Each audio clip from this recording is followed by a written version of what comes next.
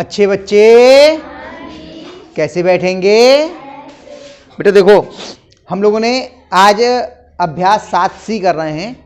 जो युगपत समीकरण है इसमें अलग अलग तरीके के आपके वार्तिक प्रश्न दिए हुए हैं, जिनको आपको करना अलग अलग अभ्यास में सिखाया गया है।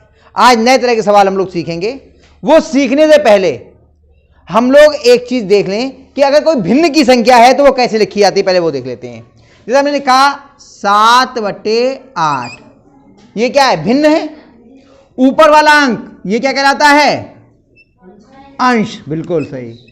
और नीचे वाला क्या कहलाता है? हर। बस इतना हमें मालूम होना चाहिए कि कोई भी भिन्न का मतलब क्या होता है? अंश बटे हर। किसी भी भिन्न का मतलब होता है अंश बटे हर। अब हम इस सवाल को करेंगे, ये केवल इतना सा समझाने के लिए मैंने किया। अब आगे हम लोग सवाल करते हैं।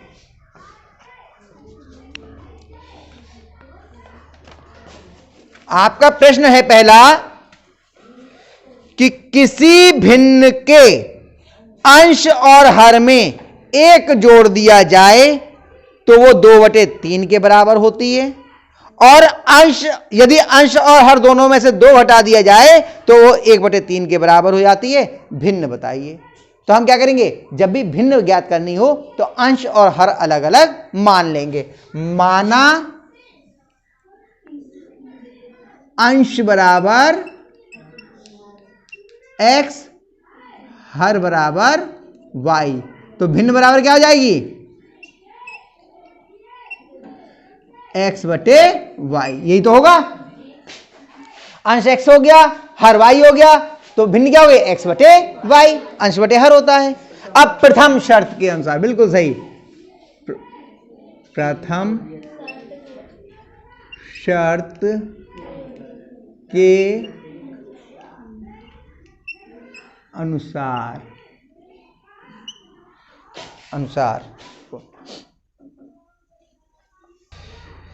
यदि किसी भिन्न के अंश और हर दोनों में 1 जोड़ दिया जाए, यानी कि अंश ये और हर ये दोनों में 1 जोड़ दें, x + 1/y + 1 बराबर कितना हो जाती है? ये 2/3। अब देखिए, दोनों ही पक्षों में भिन्न है, इधर भी भिन्न है, इधर भी भिन्न है। तब क्या करते हैं हल करने के लिए? तिरछी गुणा, यानी त्रिय गुणा कहते हैं इसे। इसकी इधर और इसकी इधर।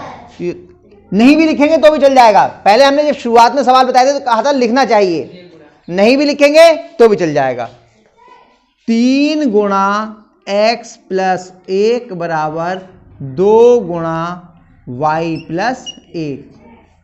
ठीक, 3 के अंदर गुणा कर दिए, 3x + 3 बराबर 2y + 2।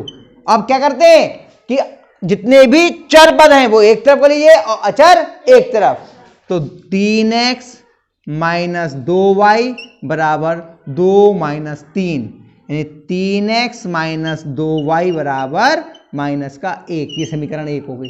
देखो, इसमें हमने x को y के पदों में या y के x के पदों में नहीं लिखा। क्यों? क्योंकि यहां पे x का भी गुणज है और y का भी गुणज है। अब जब समीकरण आ जाएंगे हम तब देखेंगे कैसे क्या करना है। यहां पर नहीं बन रहा था तो नहीं किया हमने। विलोपन विधि से करना होगा तो विलोपन विधि से करेंगे, प्रतिस्थापन विधि से करना होगा तो प्रतिस्थापन विधि से करेंगे। अभी हमने इसको यहीं पर छोड़ दिया, कुछ नहीं किया अभी इसमें। अगला देखते हैं, द्वितीय शर्त के अनुसार। द्वितीय शर्त के अनुसार क्या कह रही है द्वितीय शर्त? दोनों में से 2 घटा दिए जाएं। चलिए, x - 2 और y - 2 कितना हो जाता है? ये 1/3। देख लो, ये लिखा है यदि अंश और हर दोनों में से 2 घटा दिए जाएं तो इसका मान 1/3 हो जाता है। ठीक, दोनों में से 2 घटा दिए, मान हो गया 1/3। अब क्या करेंगे? तिरछी गुणा।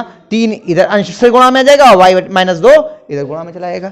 तो 3 गुणा x - 2 बराबर 1 गुणा y - 2। अब इस 3 के अंदर गुणा करते हैं। 3 के x से गुणा करी तो 3x और -3 दूनी 6 बराबर y - 2। अब देखिए यहां पर ये y आ गया 1 गुणज वाला। अब यहां पे y को x के रूप में कर लेंगे। यहां पर से आपका प्रतिस्थापन विधि हो जाएगी। अगर नहीं होती तो हम इसे विलोपन विधि से भी कर सकते थे। अब हमें खाली y मिल गया तो इसे प्रतिस्थापन के रूप में लिख लीजिए 3x माइनस 6 और 2 इधर माइनस का इधर क्या आएगा प्लस का बराबर y, या y बराबर क्या लिख सकते हैं 3x माइनस 4 6 में से माइनस का 6 माइनस की संख्या बढ़ी है 2 गया तो कितना हो जाएगा 4। ये समीकरण 2 हो गई। अब समीकरण 2 से y का मान समीकरण 1 में रखने पर यहां लिख देते हैं समीकरण 2 से y का मान समीकरण 1 में रखने पर, समीकरण 2 से y का मान समीकरण 1 में रखने पर क्या हो जाएगा देखिए, ये था 3x माइनस 2 और y का मान कितना है 3x माइनस 4, 3x माइनस 4 बराबर माइनस का 1। सही है। अब अंदर गुणा कर लीजिए 3x माइनस क्या है अंदर बाहर, तो माइनस की 2 की प्लस के 3x से गुणा करेंगे कितना आएगा माइनस का 2 तियां 6x, माइनस की 2 की प्लस के माइनस के 4 से करेंगे माइनस माइनस प्लस हो गया 2 चौक 8 बराबर माइनस का 1। ये दोनों घट जाएंगे अलग अलग चिन्ह के हैं, माइनस का 3x बराबर ये 8 इधर प्लस का इधर क्या जाएगा माइनस, तो माइनस का 3x बराबर माइनस का 9, माइनस से माइनस कट गया x बराबर 9/3, 3 एकम 3 3 तियां 9, x बराबर कितना आ गया 3। अब x का मान समीकरण 2 में रख दीजिए, y का मान आ जाएगा x का मान समीकरण 2 में रखने पर क्या हो जाएगा y बराबर 3 गुणा x का मान कितना है 3 माइनस 4, y बराबर 9 माइनस 4, y बराबर कितना आ गया 5। तो भिन्न बराबर कितना है x बटे y, भिन्न कितनी है x बटे y, तो भिन्न बराबर कितना आ गया x का मान कितना है 3 और y का मान कितना है 5। हो गया, आ गया, ताली बजाने लगी। ठीक है, चलो एक और सवाल करें, बताओ कौन सा कर दें, जो कहोगे वो कर देंगे। दूसरा करें, तीसरा करें, चौथा करें, जो कहोगे वो कर देंगे, बताओ।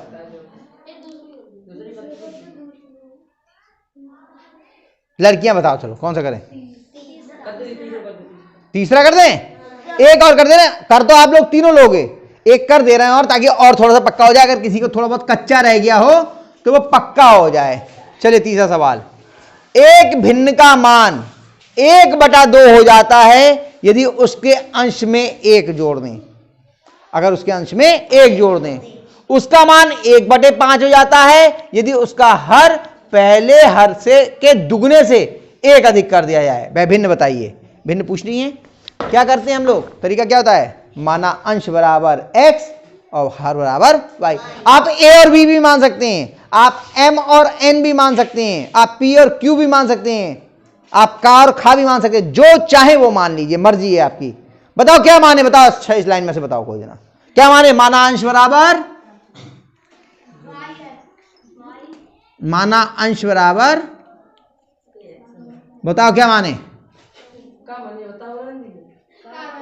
का मान लिया, चलो का ही मान ले, वो कह रहे का माने तो हमने का ही मान लेते हैं। और हर बराबर खा, भिन्न बराबर क्या हो जाएगी का खा, क्या खा का खा, का खा। चलो अभी बनवा रहे हैं खाना, वही खाइयो। ये हो गया प्रथम शर्त के अनुसार, प्रथम शर्त के अनुसार। अब क्या कह रहे हैं प्रथम शर्त में कि यदि अंश में क्या है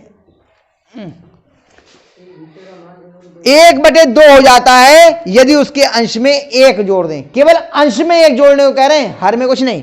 यानी कि x प्लस 1/y बराबर कितना हो जाता है? 1/2। अंश में 1 जोड़ दिया तो 1/2 हो गया। तिरछी गुणा कर लो, 2 गुणा x प्लस 1 बराबर y की 1 से गुणा कर देंगे, 1 गुणा y, 2x प्लस 2 बराबर y। लो ये तो सीधे सीधे मान के रूप में आ गया, प्रतिस्थापन वाले रूप में वैसे ही आ गया। ये तो नहीं आया, अनाम का नहीं आया समझ में? क्या लिखा है? भिन्न का मान 1/2 हो जाता है अगर अंश में 1 जोड़ दिया जाए। अंश में 1 जोड़ दिया, अरे कार खा लिखना है। इतने आश्चर्य से देख रहा, मैंने पता नहीं क्या गलती करी मैंने। अरे हाँ भाई का खा है, वो एक्स वाई जो अभी एक्स और वाई चढ़ा हुआ था दिमाग में। का प्लस 1/खा बराबर 1/2, इसलिए आश्चर्य से देख रही थी। 2 गुणा का प्लस 1 बराबर खा गुणा 1, 2 का प्लस खा बराबर खा। अरे 2 का, अरे क्या हो, मिटा दो पहले, सही 2 का प्लस 2 बराबर खा। ये हो गई समीकरण पहली। सही है। चलो भाई द्वितीय शर्त पे आ जाए भाई। हाँ अब लिखते हैं द्वितीय शर्त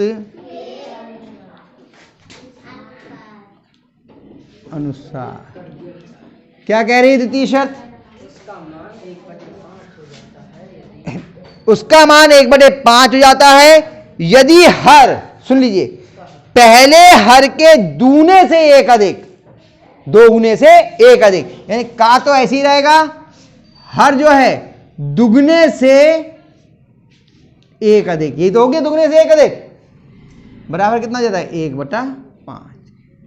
1/5 तिरछी गुणा कर लो, 5 का बराबर 1 गुणा 2 खा प्लस 1। यहां काम की बात समझ लो, यह लिखने का तरीका गलत है।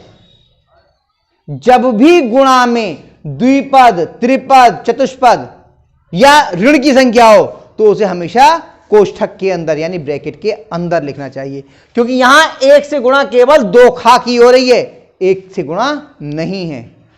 इस समय जो वर्तमान में लिखा हुआ है इसका मतलब 1 की आप 2 खा से गुणा कर दीजिए, लेकिन हमें तो पूरे पद से करनी है। पूरे पद से गुणा करने के लिए उस पूरे पद को 1 बनाना पड़ेगा, ब्रैकेट में कर देंगे तो वो पूरा 1 हो जाएगा। इसलिए इसे कोष्ठक के अंदर ही लिखना होगा। सही है। 5 का बराबर 1 से गुणा करेंगे, आएगा उतना ही, लेकिन 1 के अलावा अगर कोई और पद या संख्या होती तो दिक्कत हो जाती। ये हो गई आपकी, ये इसको इधर ले आओ पहले। 5 का माइनस 2 खा बराबर 1, ये समीकरण हो गई 2।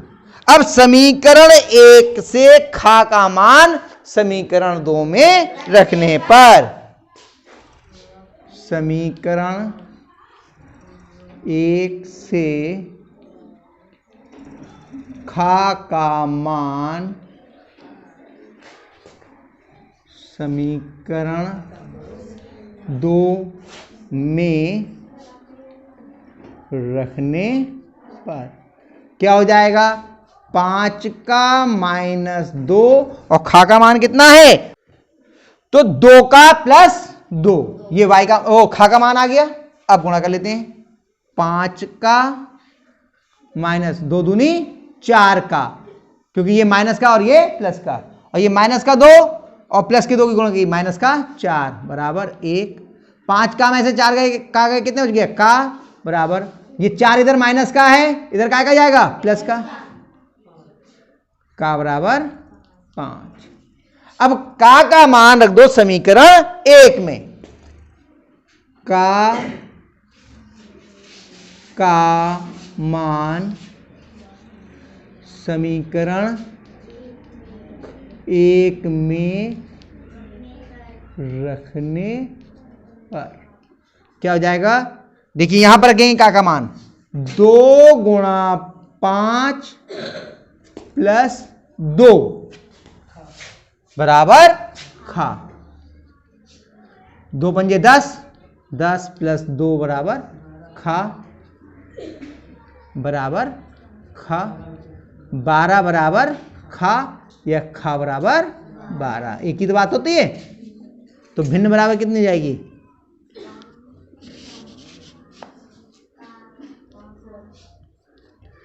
भिन्न बराबर का बटे खा बराबर का मान कितना है 5/12। आइयो कतइये। तो ये 2 सवाल मैंने करा दिए, 2 सवाल रह गए, वो आप लोग अपने आप करना। अभ्यास खत्म, इसे भी करके देख लेना, ठीक है।